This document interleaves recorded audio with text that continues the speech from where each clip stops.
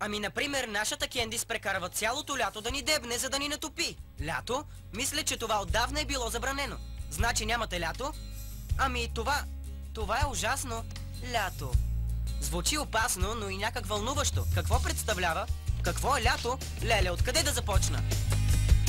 Дните са дълги, нощите къси, слънцето грее. Навън е доста топло.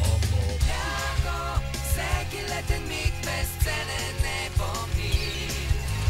Лято, най-страхотния сезон е изпълнен с мечти. И време е за сладолет, хапвай не мисли. Е лято, сезонът за игри. Лято, горещо е и търсиш начин да се разхлъбиш. Лято, караш колело или пък бос навън стоиш. Или пък от как се кара сърф до нанофизика на Франкенщайн взели ума.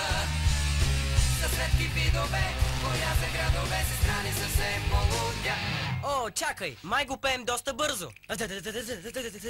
Лято, топло и приятно лимонада пиеш ти. Лято, стоиш с брат си в двора и под сянката почиваш си, нали?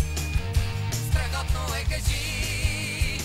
Дните са дълги, нощите къси, слънцето грее. Навън е доста топло. Лято,